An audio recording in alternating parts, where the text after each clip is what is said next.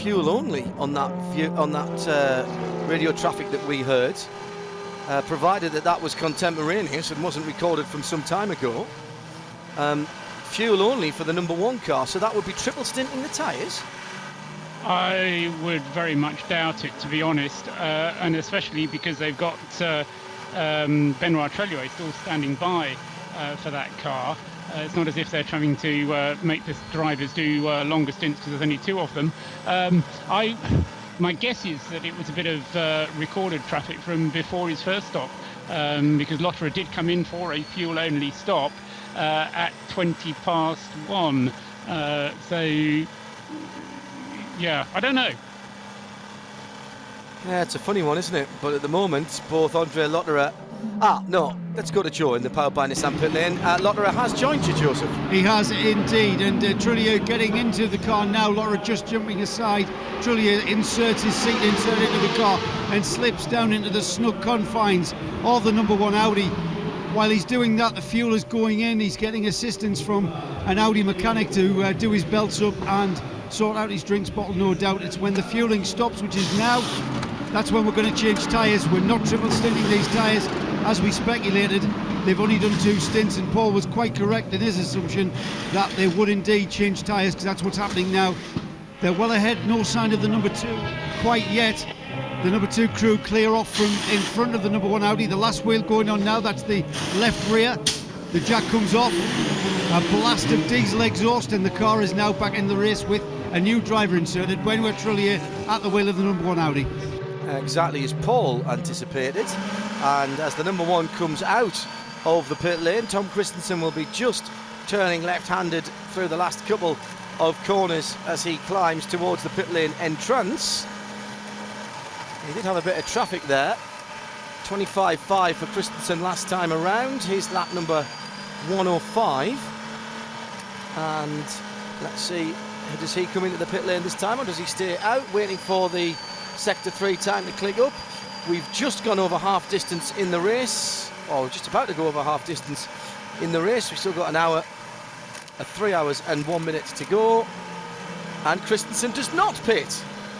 No, I would be surprised in a way if he does, because just looking back at the Lotterer pit stop, it was a 25-lap stint for Andre Lotterer, and that admittedly was full green, but I would be expecting them to be more around the 30 laps rather than 25 laps. So either I would say Lotterer had a slow puncture or something like that, and so they had to get him off those tyres, or the tyre performance was actually beginning to go off, and the team felt that he would be wasting time by continuing to lap on a set of tyres that weren't providing full performance. That's my reading of it, and I think Christensen could stay out for at least another 4 or 5 laps. Well, the mechanics seem to have wandered out, so they've got no pressure, of course, from Toyota, since their car was involved in that incident with the Lotus early on, 35-40 minutes into the race. Brought out our first, very nearly an hour, 57 minutes of safety car running. As Ben Treluet comes around, Christensen's gone through. Now, will he come in this lap? Is there some gamesmanship going on between the 2 Audi teams? Because you know for a fine fact they'll be listening to each other. They may not be racing anybody behind them. Joe Bradley? Yeah, I've just had the finger of Brad Kettler, who is the man. That's not very nice of him. No, it was the right finger though. That finger indicated to me, he's telling me the car's coming in now, definitely. Brad's at the front of the car. He's the man with the board who will step out and take his life into his hands and stop the car. So we are expecting the car in. Lloyd Duval is getting ready. He's just in front of me now. So they are due in. I can see Brad talking to someone on his radio. Well, just coming through the last section of the track now, whilst we wait for Christensen to come in, John, I'll leave your mic up there. Quick bit of Twitterage here from @WereRabbit to @Specutainment and @Radio Le Mans. Will the 991 Porsche be available next year for customer teams? You'd have thought so, wouldn't you?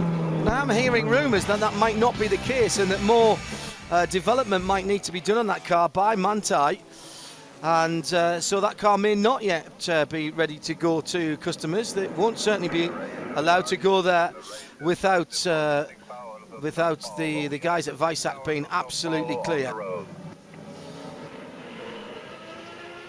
And now I think we've just had a spinning car. Yes, we have. It's the 57 of Krone Racing again. And that's gone off at turn 3 and rejoined just as we get a few highlights on the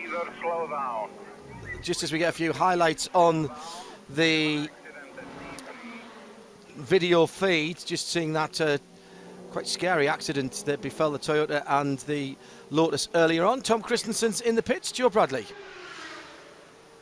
Joseph. Hello, Joe.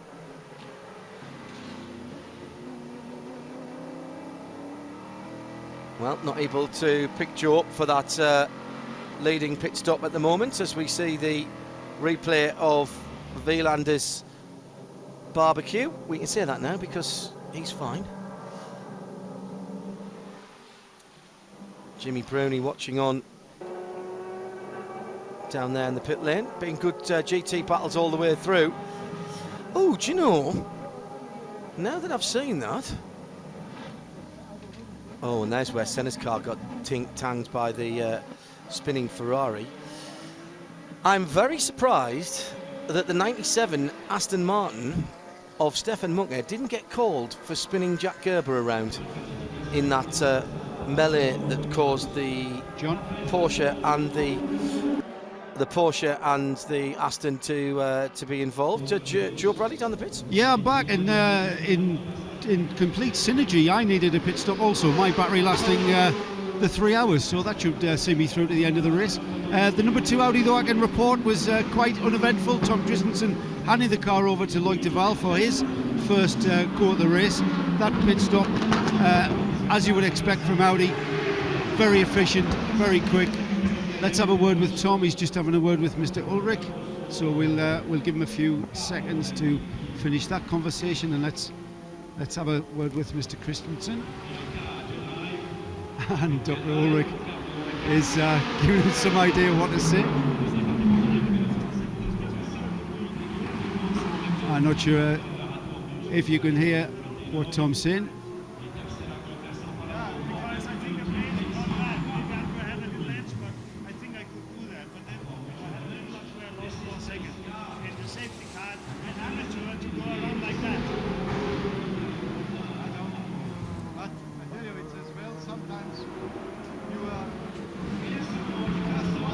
So we're just waiting for the guys to finish their debrief before we go back down there.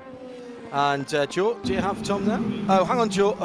Oh, we've got Andre Lotterer on the TV as well. If you can wait just one second with Tom, if you don't mind, because I can't influence that coming up.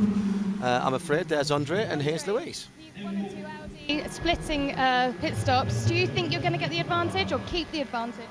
Well, the number 2 came in now too, so it looks like we're on a similar strategy.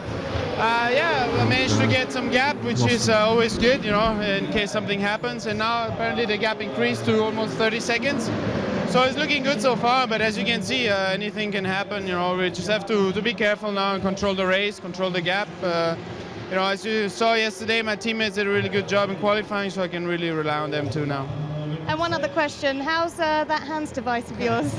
Yeah, because the last race I did was 24 Hours of Spa, so it's a different hands, and I just packed everything and realized here was the wrong one. So I have Rubens Barrichello's hands, so it's some local luck for me.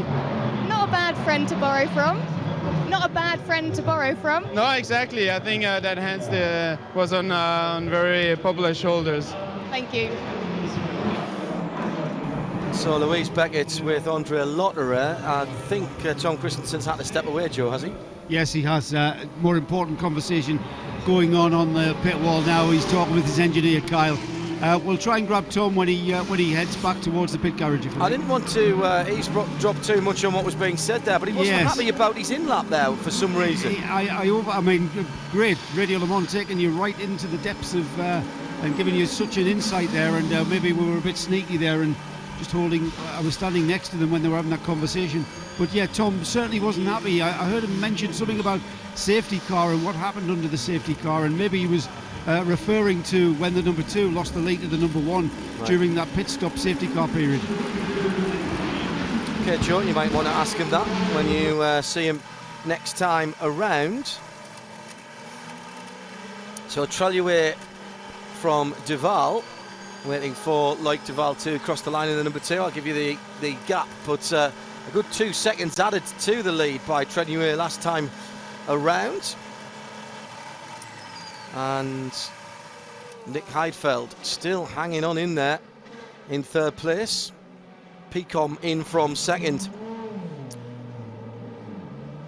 In the P2 class, Pierre Caffer's just gone back out again. So the 2 Morgans have gone up ahead of him. They've had 1 more pit stop than the cars around him. As we mentioned earlier on, they're on the Michelins. The leading car with Roman Rusinov now having taken that car over on Dunlop in P2. That's the 26 car. In GT, Jimmy Bruni leads by 6.3 seconds over Darren Turner, 51 Ferrari from 97 Aston. In AM, the leader is coming into the pits, and that is the 95, Nygaard at the wheel. Stewie Hall is in 2nd place in the 98 car, and the 2 Porsches are still trying to fight their way back after their trials and tribulations earlier on. Paul Truswell is in our walking data centre and is keeping up with what's going on as we've just gone through half distance and it moved into the second half of the race. Are the Audis, I mean, it's, who knows, we'll have to ask somebody the question, but do you get the feeling, Paul, that the Audis are have changed their strategies now that they're actually fighting each other and not the Toyota that was there early on in the race, and they're not sort of pushing their fuel?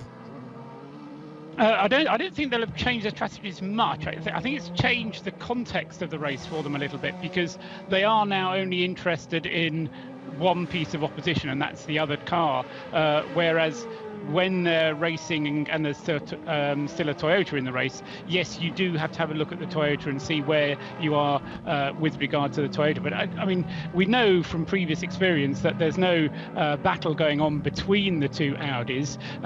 There is a battle going on between the 2 Audis. There's no team orders between them. So they'll both be working out how they can get themselves into the lead of the race. So I'm pretty convinced that we're seeing a genuine race here up at the front between the 2 of them. And at the moment, it does seem that the number 1 car just seems to have a little bit of an advantage, as we've seen in other races as well. It did get into the lead, and I think that was a slight bit of good fortune, as possibly Tom Christensen was alluding to, because of the way that the safety car was running. And I think it was purely because the safety car, running a little bit more quickly whilst Tom Christensen was in the pits, and that was why he lost a little bit more time. Meanwhile, P2, we've got a great battle, and now I think the battle is really going to start developing, because now you've got Roman Rusinov has taken over that car. Mike Conway drove for practically half the race, in fact a little bit over half the race.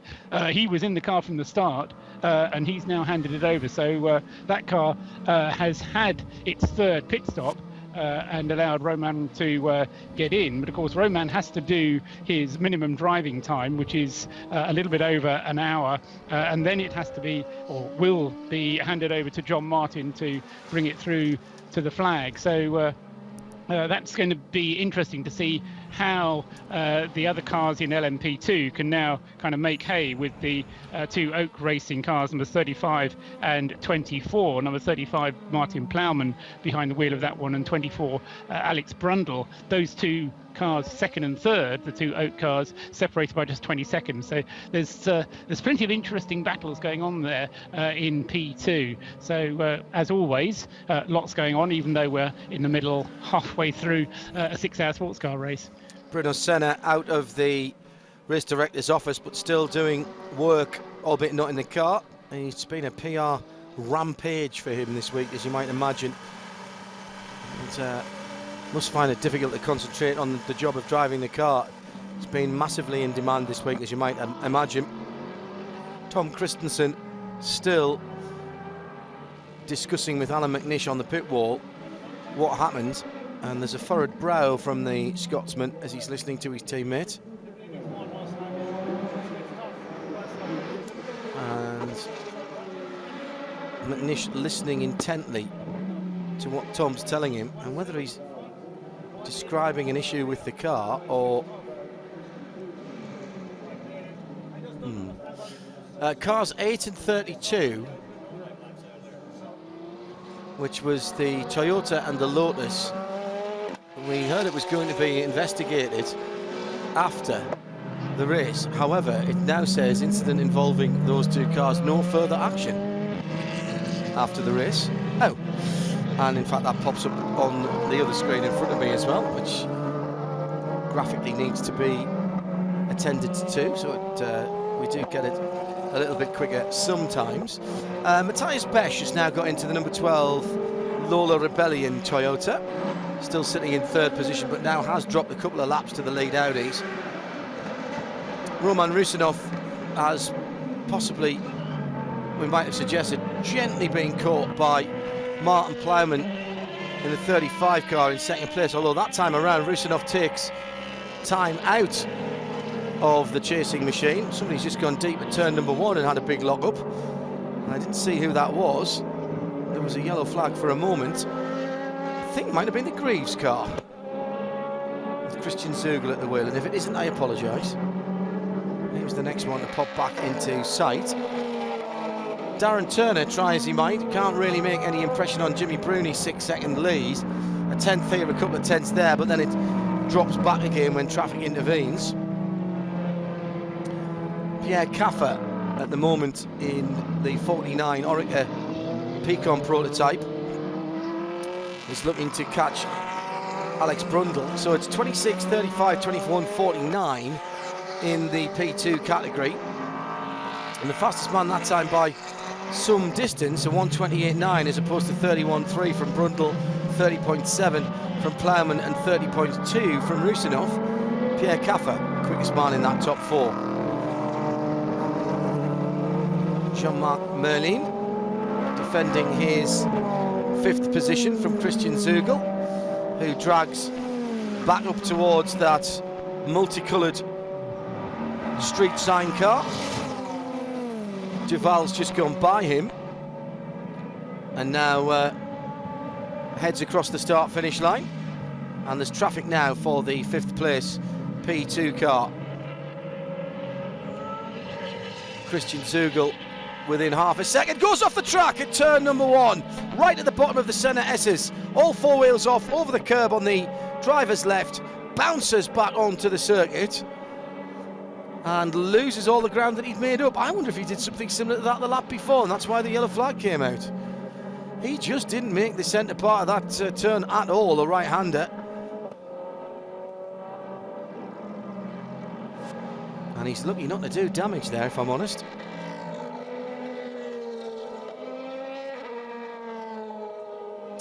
Incident involving car 61. That is no further action as well. Let's go back down to the pit lane to Joe Bradley, our Nissan pit reporter, and Tom Christensen has come away from talking to Alan McNish and can have a quick word. Joe? Yeah, we can grab a word with Tom, just stepping out of the noise. Tom, you appear to be unhappy about something, some aspect of that stint, is that correct? No, not really. I mean, not unhappy. The car was fine, but I think we very much got caught out at the safety car as I came out behind a red car which drove incredibly slow. It didn't catch up to the safety car, and that of course cost us the lead big time. Then the car was good. We tried to go very long on the tires, and that means that we will have better tires towards the end. But that was for sure let's say the tough conditions for me was the last 10 and 15 laps on the tires, as you you lose some performance in that sense, but then it will give us better tires towards the end. Tom, can I ask you your thoughts on the track here at Interlagos? Is the track you enjoy? Yeah, it's the circuit is lovely. It's old school. I mean, on the radio or even on TV, you won't see the elevation changes, but when you're here, when you're driving, coming over the crest into the Senna S and going up the hill up to 5 to 6, 7, and then you have the fantastic 11, long 11 downhill, and then you have to make sure that 12 going uphill into the straight, that you have a very good exit. A lot of blind corners, different camber changes, and it's a real thrill. Thanks for talking to us, Tom, and let you get back to your preparation. So I think that's answered our questions, guys. We were speculating as to why that number 2 car dropped behind the number 1 car. I think that's just answered that, yes? Yeah, and you've got your assistant waiting for you on the other side of the bridge with a new set of batteries, Joe. All right, cool. Thank you. So wherever you told them to wait for you, sorry. And so we into the second half of the race, 2 hours and 45 minutes or thereabouts to run. That's a standard American Le Mans Series race from this year. Interesting to find out what the race distances are going to be for the IMSA race. That's something else that we are waiting for with bated breath. Into the pit lane as Martin Plowman has rejoined in the 35 Morgan. Into the pit lane comes Alex Brundle out of third place in P2 as Pierre Caffer, having made his pit stop earlier on, of course, has leapfrogged those two Morgans, and now is a minute and 30 seconds behind Rusinov, so he must just be hanging on to the lead lap. As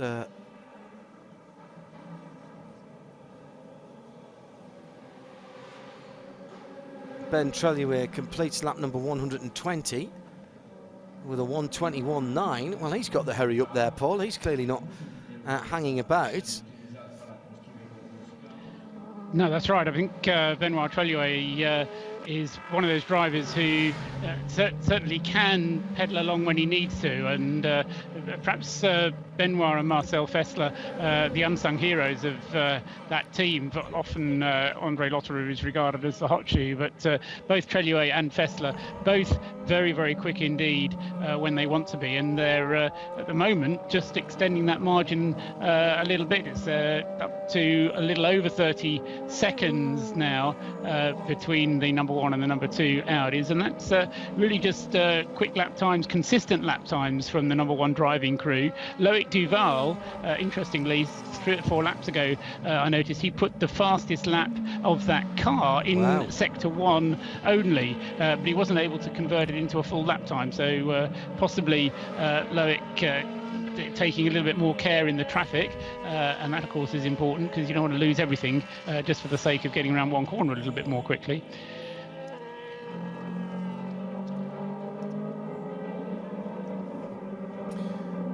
So the battles then, we're reduced to looking at the gaps in the field. There's still 5.5 seconds between Jimmy Bruni and Darren Turner at the head of the pro field, 51 from 97. 6 seconds now between Christian Zugel and Jean-Marc Merlin. Just one question, John. I'm not quite sure if you're in a position where you are to actually get any further on it. But we had the message saying that incident involving car 61, no further action. But there were about 3 incidents, weren't there? Because, didn't say which one, no. The 2 Cummings together, and then he was also reported for pit lane speeding, wasn't he? So whether all of those are covered by that no further action, or whether he will get some kind of sanction for the pit lane speeding, I don't know. But it does seem it's a slightly ambiguous message saying no further action after investigation for number 61. I do wonder, well, they won't be going out, so they can't apply a penalty to a car that's retired. They may still get a fine, of course, but I think that it was referring to incident rather than anything else. Just in the highlights package there, seeing the one that involved all 3 of the leaders, or the 2nd, 3rd and 4th in the GTE Pro category, it seems to me very likely that Stefan Mucker tapped Jack into that spin in the first place.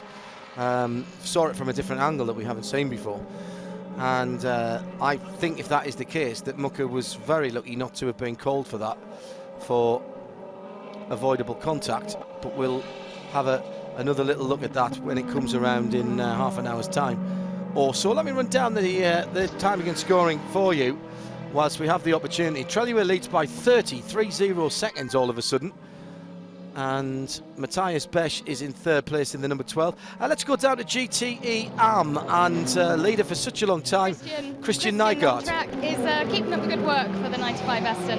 Yeah, I must say he's been struggling a lot under the pre-practice, but it's looking good, so we're just crossing our fingers for now. We've had a question from Christian Rose on Twitter, who's asked, on an anti-clockwise track, do you have to do any extra neck training? No, I'm saying our car is really, really gentle on the neck. I could imagine the LMPs is much stronger than us, but I'll say we do our fitness as we used to, and it's no change in that. Thank you. And you can get in touch with us as well here at Specutainment. You can tweet us at FIA WEC. Or at Specutainment and at Radio Le Mans. Thanks, Louise. And this from at DJ Billy Z, perhaps Billy Z, from William. Can you please expand on the Manthey Porsche 991? Why weren't there more teams participating in the development? Manthey are effectively the works team. Porsche themselves appointed Manthey to do the development of the new 991 GT RSR specification. Just watching the number 98 Aston Martin get a very smoky entry into one of the infield hairpins. I think it was just a lock-up and nothing more sinister. Paul Dall'Anna at the wheel of that car.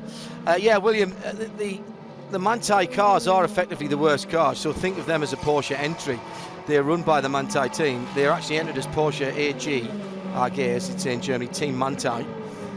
Olaf Manthey and his team most recently associated with the Nürburgring 24 hours, but have a rich history of ACO and Le Mans style racing with Porsche,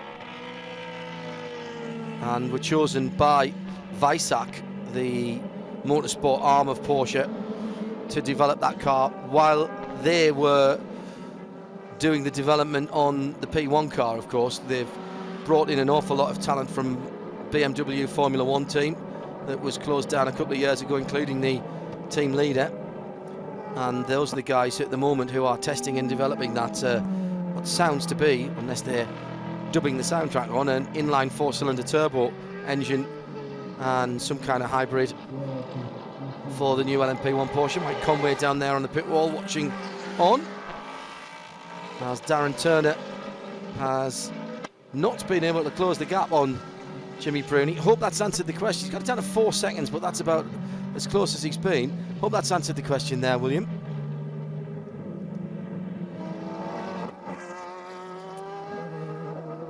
So we are at 24 minutes past 3 in the afternoon here in Brazil. It's the 6 hours of Sao Paulo, round 4 of the 2013 FIA World Endurance Championship. Commentary brought to you live on FIAWEC.com and RadioLeMans.com, as well as our syndicated TV partners around the world. And the run to the flag is next here on RadioLeMans.com. The World Endurance Championship on RadioLeMans.com. The world's greatest sports car events connected. We're already getting the first part of the race up and podcast if you want to catch up with everything at the weekend. At the week, rather, the early events are already there to download, including that very interesting interview with Pascal Vasselon about next year's plans for the Toyota, the new Toyota LMP1 car, presumably to be called the TSO40. Makes sense, wouldn't it? So in comes the 45, Jean-Marc Mayerlin, then gives up that 5th position to Christian Zugel. He's already out of the car. A new insert goes in, and into the 45 is about to get Jacques Nicolet. In fact, he's already in there.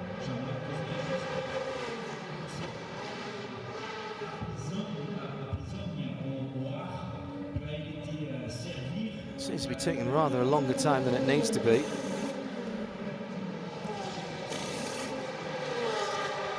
Ian Bolton at Wolf1042 says, did Mike Conway still lose his 3rd place at Le Mans? This was for the oversized fuel tank, of course, which promoted the Nissan guys onto the podium.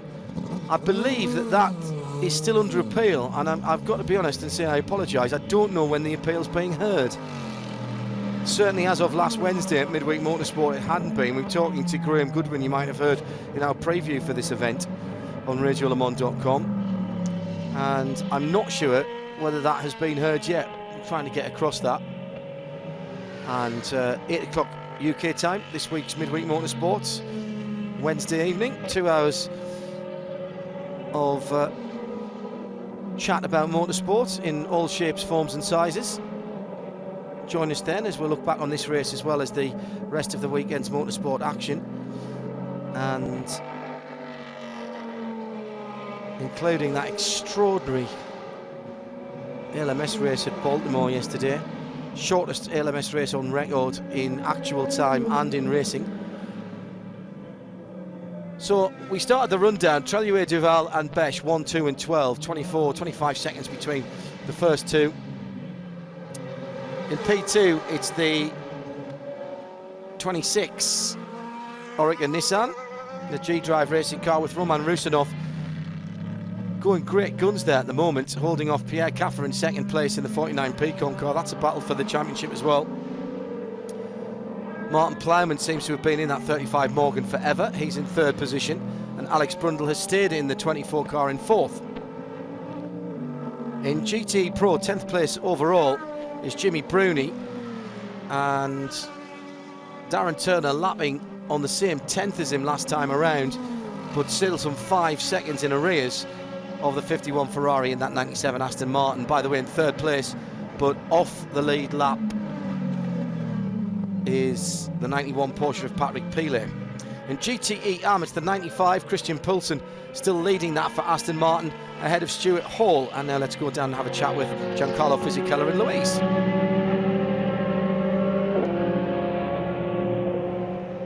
Giancarlo, it's been a very eventful and tough race so far. Yes, it is.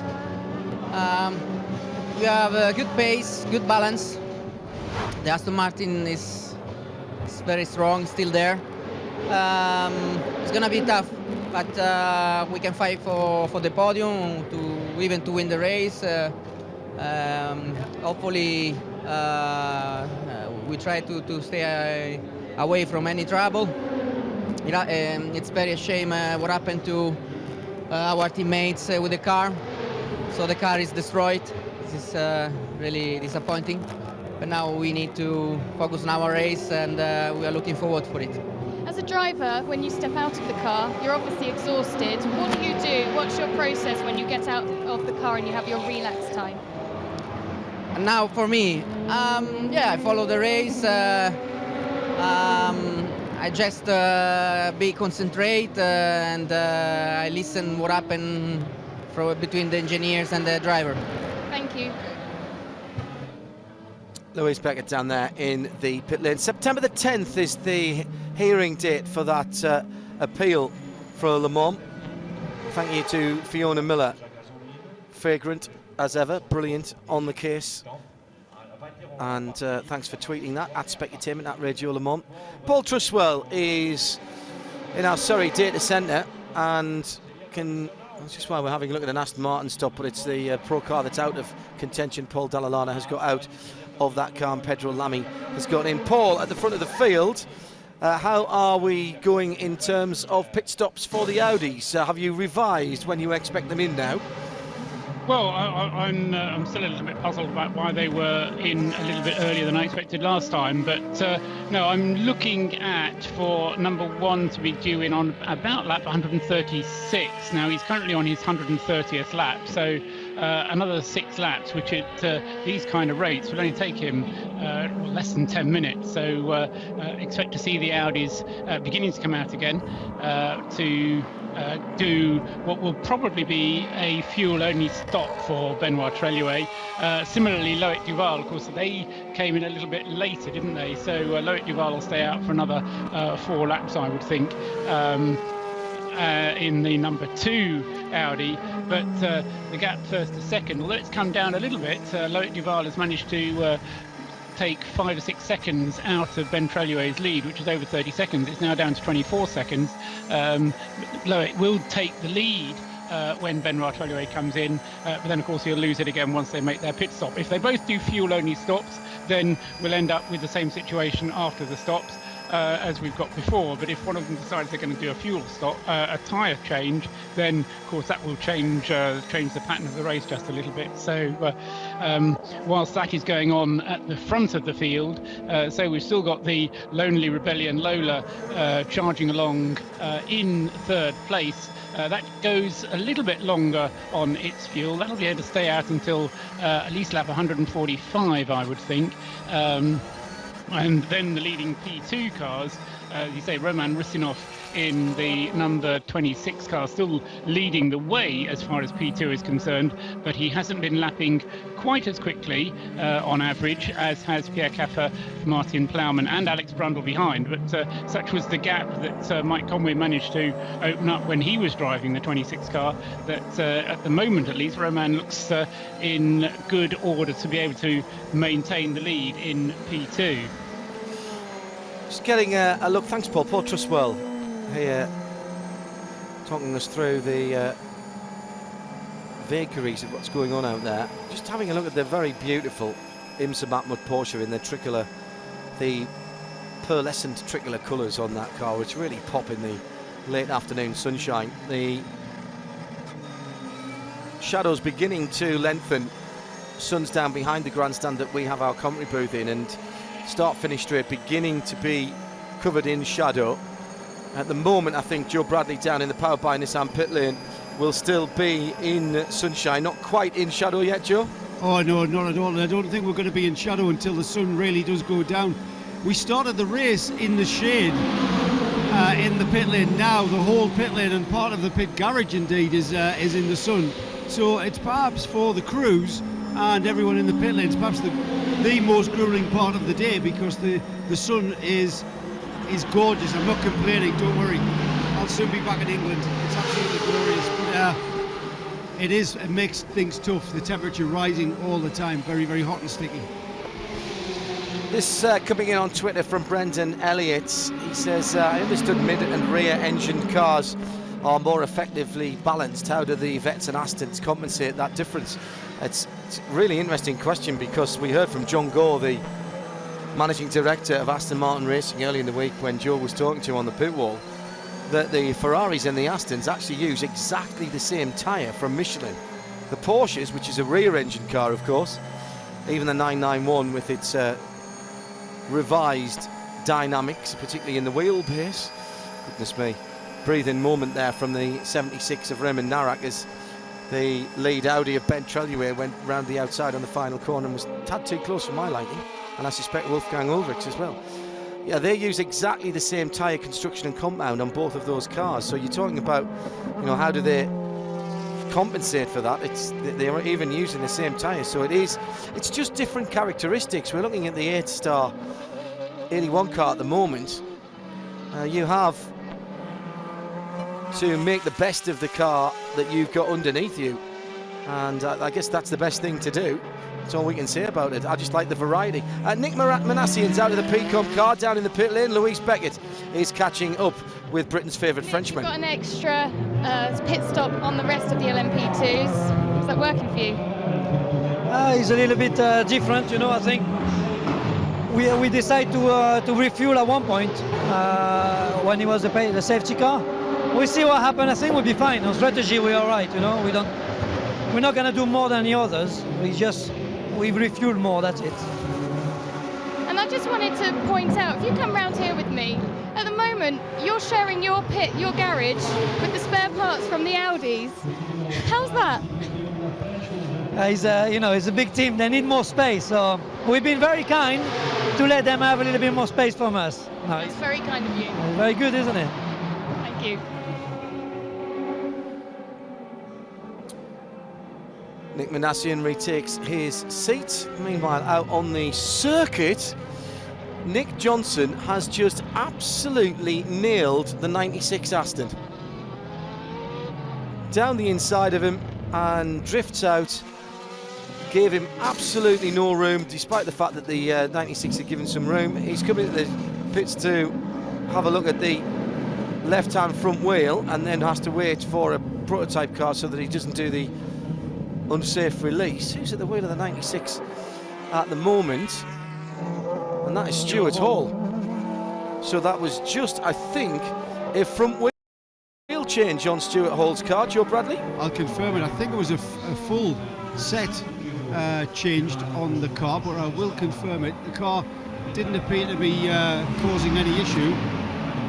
No, it is a full set. I've got 4 very, very used Michelin tyres here, and the front left is showing massive signs of damage on the inside edge. Now, it's probably been caused by well, the front left was not the car, not the side of the car that was hit by the Ferrari, though. It was the front right, wasn't it? Ah, that's a good point. Yeah, maybe he had an issue and that's why he was going slow. Yeah, and I think before he was hit by the Ferrari, I don't know how old that replay was, but I did see this team, the 96 team, getting ready to receive the car.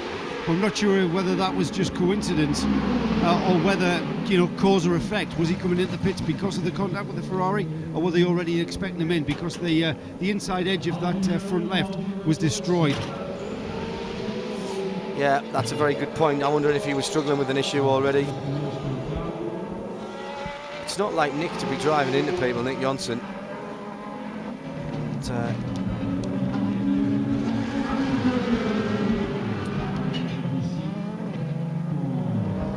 so Paul Truswell is crunching numbers at the moment.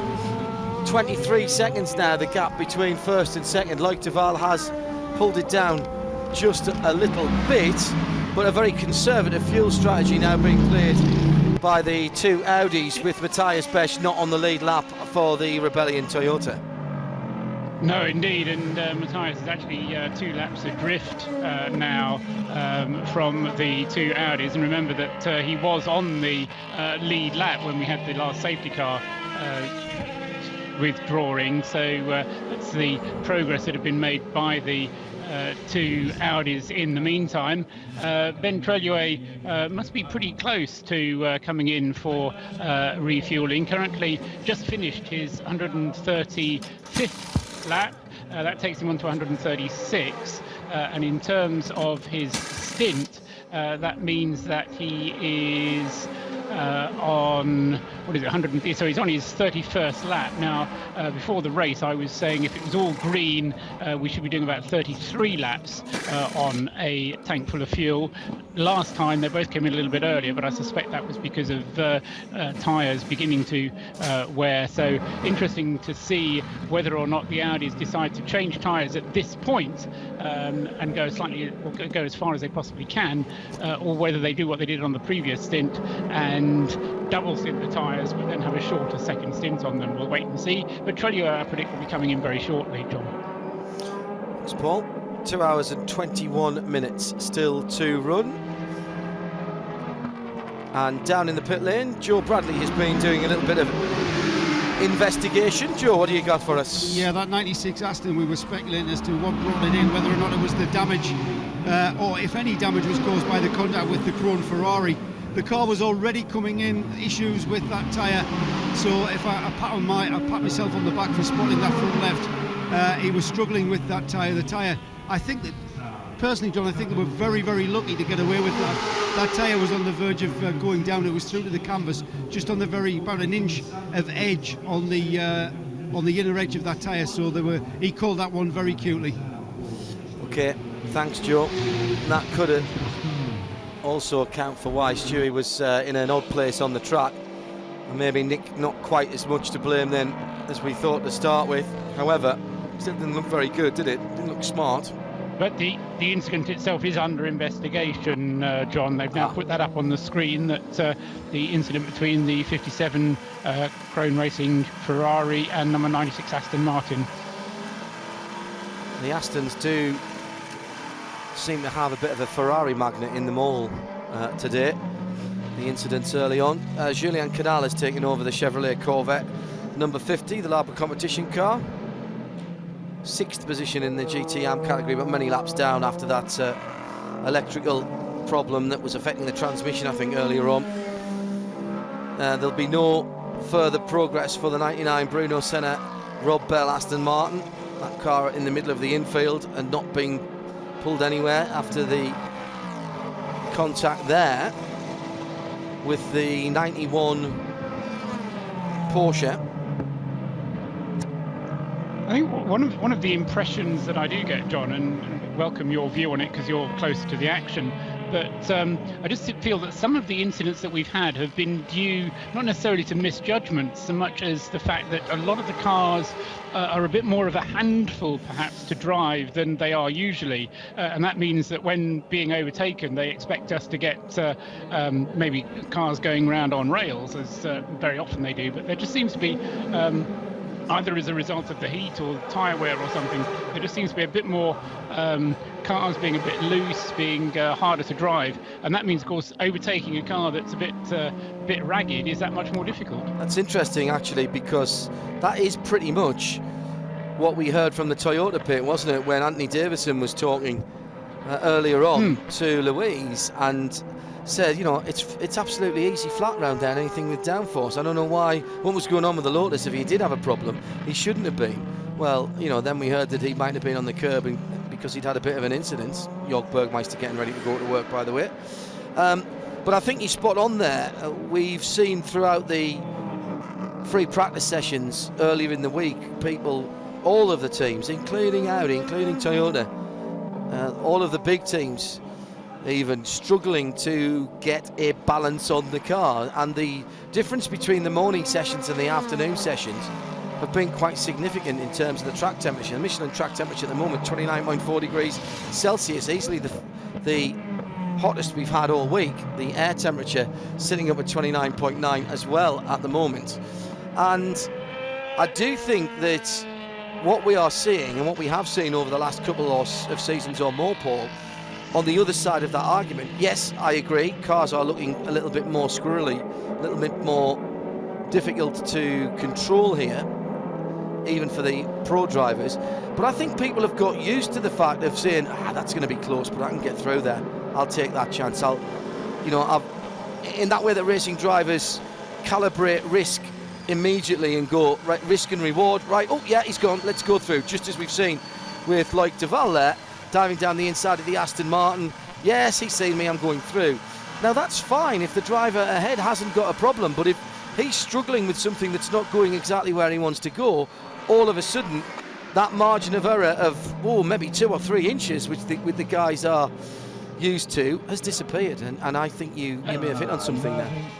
Sure, I'd never walking down the back. I agree with that point, and it echoes something that I was talking to someone else about earlier in the year, in that there are these two mentalities. There's the wise driver who perhaps is a little bit slower, and people say, oh, he's off the pace, but you'll never see him having an accident because he's always got that little bit that he's driving within himself. And then you've got the hot shoe who is going to be doing exactly what you've just described, John, and saying, yes, there's a gap, I've got him, yep, right, okay, next. And you're constantly in this kind of, I won't say single-seater mode, but you're in this aggressive mode. Now, the trouble is, if you have a total laid-back approach, you're never going to win anything. So you need to have somebody who's a hot charger in the car, but you just need to be able to tune him down a little bit and say, okay, no risk. And that's the balancing act, which is so difficult to get to. Ben Trellier has come into the pitch. Joe Bradley. Hello, Joe. Yeah, John, I'm with you. I'm just ensconced doing some delving into Greensboro. I'll pop back out and check on that Audi pit stop. And as ever, Audi's efficiency is, as I pop out onto the pit road, the car is just pulling out. I take it that was just fuel. Well, Trellier stayed in the car 1 minute and 17 seconds, Paul. That's fuel and tyres, isn't it? Well, it's a bit long if it's just fuel, that's certainly right. I mean, they were able to get Trellier into the car and change the tyres when Andre Lotterer got out in 1 minute and 11. So there's a comparison. I would guess they've left Trellier in and put tyres on it as well. Yeah. We'll find out, chaps. I'm heading there now. We'll just check so that we can keep our strategy calculations correct. So we expect Loic Duval in a lap or two's time. The number 2 car did do a couple of 3 laps more last time around. Audi stints, which we were expecting to be 33 laps, have been nothing like that since we went back to green flag racing after our incident. No, John, just to correct that, that was a 33-lap stint from was Ben Trelier on his new set of tyres. So the second one was 25 laps when Andre Lotterer was driving the car. And as I say, I suspect that was tyres beginning to go off that brought them in early. That stint from Trelier, a full 33 laps. And if Duval goes 33 laps, then he'll be up to lap 142 when he comes in for his refueling. Which is in 2 laps' time. That would kind of suggest then, with a 1 minute and 17 second stop for the one car this time, that the experiment of double stinting the tyres didn't work. Gentlemen, I can confirm that the number 1 Audi did take on a brand new set of tyres, so it's on fresh rubber. Yeah. So, whatever we're being told or not being told from Audi, we can, I think, put 2 and 2 together and possibly make 5, 6 or 7, but it looks like the answer 4 would be tyres didn't last the full second stint when they double stinted them earlier on. Number 91 Porsche, Patrick Pilet into the pit lane, and Jörg Bergmeister will take that car out. Just a few moments ago, its teammate, the number 92 car, in very close quarters with Christian Reid in the older specification car, the 997, the 88 Proton Felbermeyer car. At Specutainment, at Radio Le Mans, and of course at radiolemans.com. You can go on the forum as well, the Midweek Motorsport Listeners Collective. There's a healthy chat going on there as well, as we await the leader, the new leader, Loic Duval, to come into the pits. It's been nice and easy for you this, Paul, in terms of logging the lead changes, because they've been generally happening just around the pit stop cycle. Exactly right, yes, and it has been all down to the way the pit stops have gone. We're now on our 6th change of... No, wait a minute, that's wrong. Go to the proper leader change. We're now on our 10th, isn't it? Yeah. Car number 2 now in the lead, and that means we've had 10 changes of lead altogether. The GTE Pro leader into the pits, that's Jimmy Bruni, and he is already out of the car before it seemed that the car had come to a stop. That's not true, of course, but my goodness, he was out quickly. Giancarlo Fisichella being installed by the outgoing driver.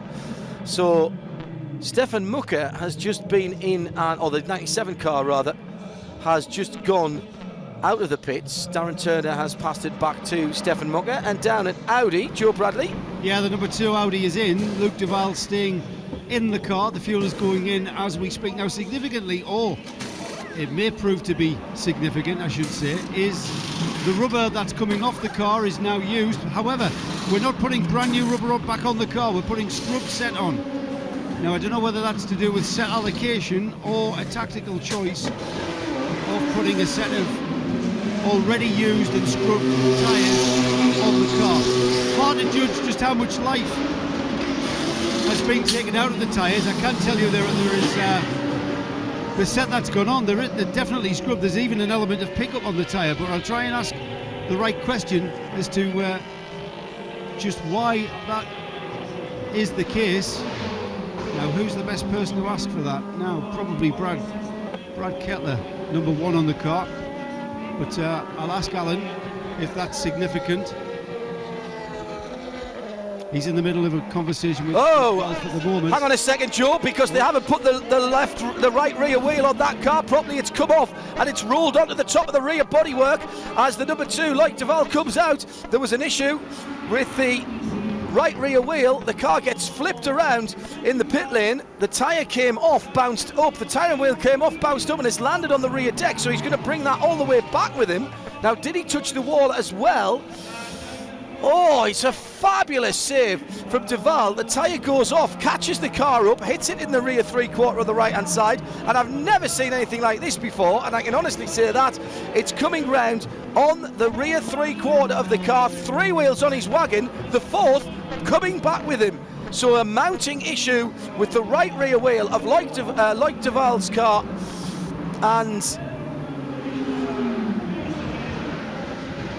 all hands to the pumps as Ralf Juttner and Dr. Wolfgang Ulrich look on now.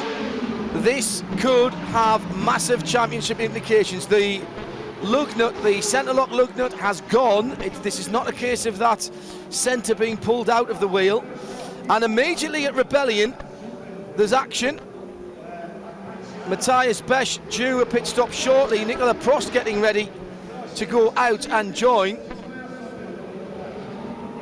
A most bizarre and unusual fate befalling the number 2 Audi of Loïc Duval, who is doing a brilliant job to bring the number 2 Audi, but he's going to lose the lead lap for sure. What damage is he causing to that under tray as well, I'm watching. Yeah, it's amazing how stiffly sprung these cars are. He's scraping and leaving a... He's trying to get it back to us, dude. What's up with that? We lost one tyre on the rear left, I think. Or the rear right, Okay, like, he can get it back to us. I think the problem, Joe, for me would be the right rear lower suspension mounting the A-frame. I think he's pulling on the ground. The car's almost with us, John. He's back on pit road. Look at the back of the car, Joe. Have you ever seen anything like this? I have not seen anything like this at all, ever. Ever in my, and it's got to be 40 odd years of watching motorsport. Now they can't touch it, of course, while the fuel's going in, so that tyre is still sitting there, and now they go to work. We're looking, we're inspecting, the wheel's going on, and they've checked. Everything seems to be in order.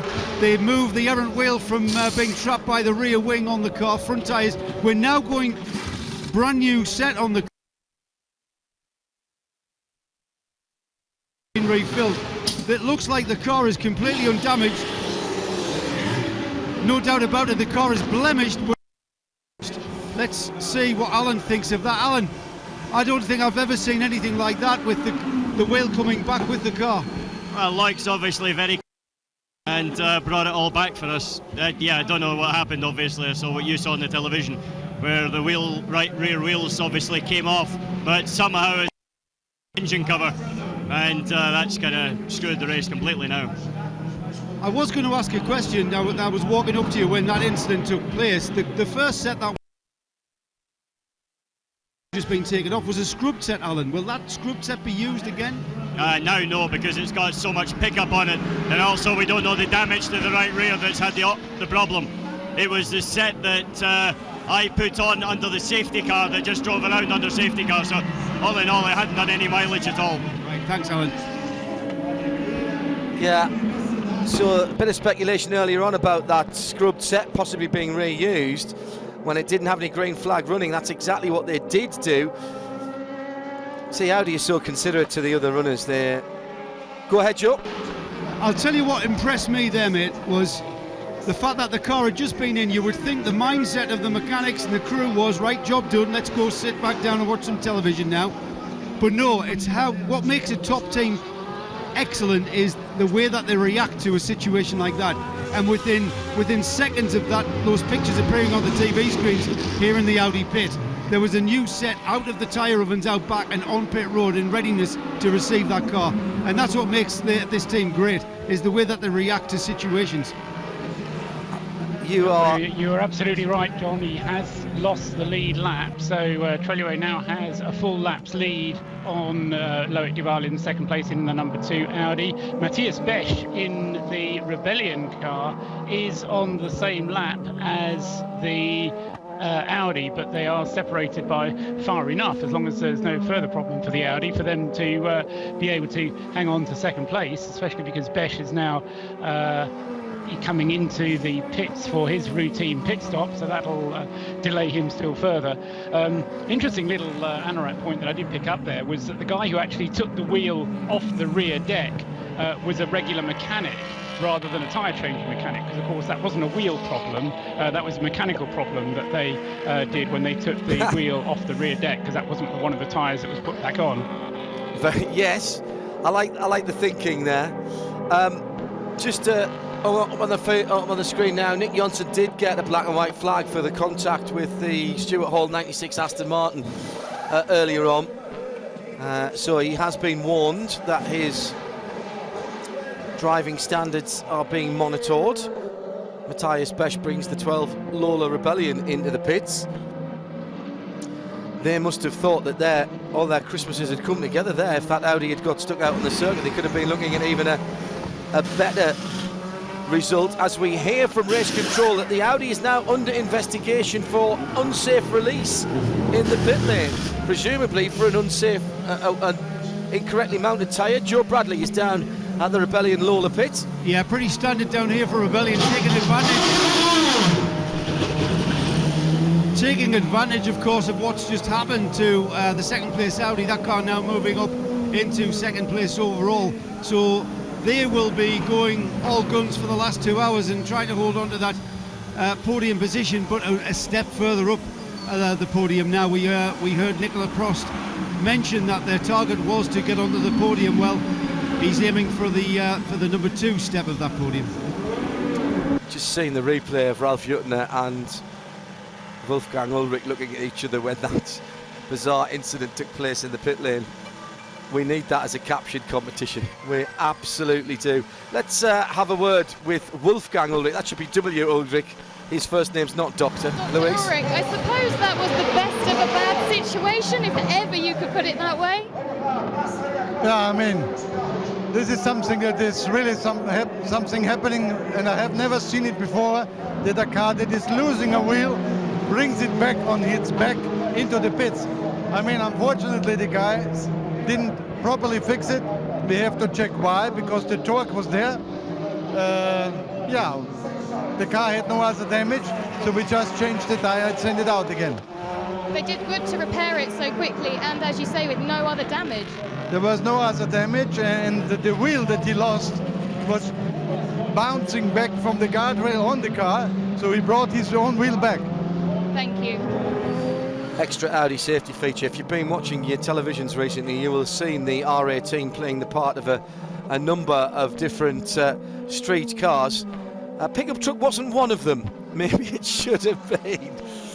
Watching it again, I still don't believe it. I tell you what, that'll pop up on A Question of Sport, what happened next in a year or so's time. And you'll be able to say that you saw it live, those of you in the UK watch BBC TV. We're down to the last couple of hours of the race as the 8-star 458 Italia comes into the pit lane. A little bit of fluid coming out from the right rear of that car, just ahead of the rear wheel. A lot of fluid coming out from the right rear of that car. Now that is a bit of a worry, considering what we've already seen from Wielander's car. And if the caption would go away, I'd have another look at that. I don't know where you are, Joe. There's just where the right rear wheel is, there's a little puddle of fluid there. Now, I know you can't go out and sniff it or taste it, but that's a bit of a worry for me. Joseph? Right, yeah, I'm with it, and I'm going to do what I do and have a look at just what that fluid is. It's petrol. It is petrol. It's fuel, yeah. So maybe it's the filler tank is on the opposite side of where you saw the fuel, John. All I can suggest is maybe it's come out of a breather somewhere, made its way down the inside of the bodywork, and came out of the opposite side of where it's been filled. But that's definitely fuel, mate. I know because I tasted it. That's a bit of a worry, isn't it? After what we saw happening with Wielander earlier. Wow. And if Joe comes back with an upset tummy, you don't have to blame it on the Brazilian food either, John. No, he's got the constitution of an ox. He'll be fine. I've heard that, yeah, absolutely. Just one other thing to pick up on. The number 2, not only in being investigated for an unsafe release in the pit lane, but he's also got a message on the screen saying that he's been reported for speeding in the pit lane. Now, whether that was on the way in with the wheel on the rear deck, I'm not sure, but that was a secondary problem which might be facing the number 2. Well, it does give the Rebellion a little bit of a hope, doesn't it? Yeah, it certainly does. I wonder if the speeding was the fact that the part of the car was going faster than the rest of it as he went out. I don't know, it just depends where they take it, of course. A number of people saying nice catch, and there's a future for them in cricket, if Audi so desire. Let's take a look then as we go into the last third of the race. Ben Trellier now leading by a couple of laps over Loic Duval. Audi's 1 and 2, first and second. But Loic then, presuming he doesn't have to come in for any other penalty, is still a lap ahead of Nico Prost in the Rebellion. Yes, he is. Yes, he is. As a result of the pit stop that we had a few minutes ago, Matthias Besch coming into the pits, and he handed the car over to Nick Prost. So Prost has now done the full cycle, as it were, through the 3 drivers, because he was the one, remember, who started that car, handing it over to Nick Heidfeld, who handed it over to Matthias Besch, and now Nico Prost back at the wheel. But yes, he is a full lap behind, in fact, lap and some, behind Loic Duval in the number 2 Audi. And the P2 battle has been, I might as well have just recorded this at the start of the race. Leading the P2 battle is the number 26 G-Drive Racing Oreca 03 Nissan. Roman Rusinov at the wheel has done a really good job, Paul. I've been impressed with him. He stayed ahead of Plowman and Brundle.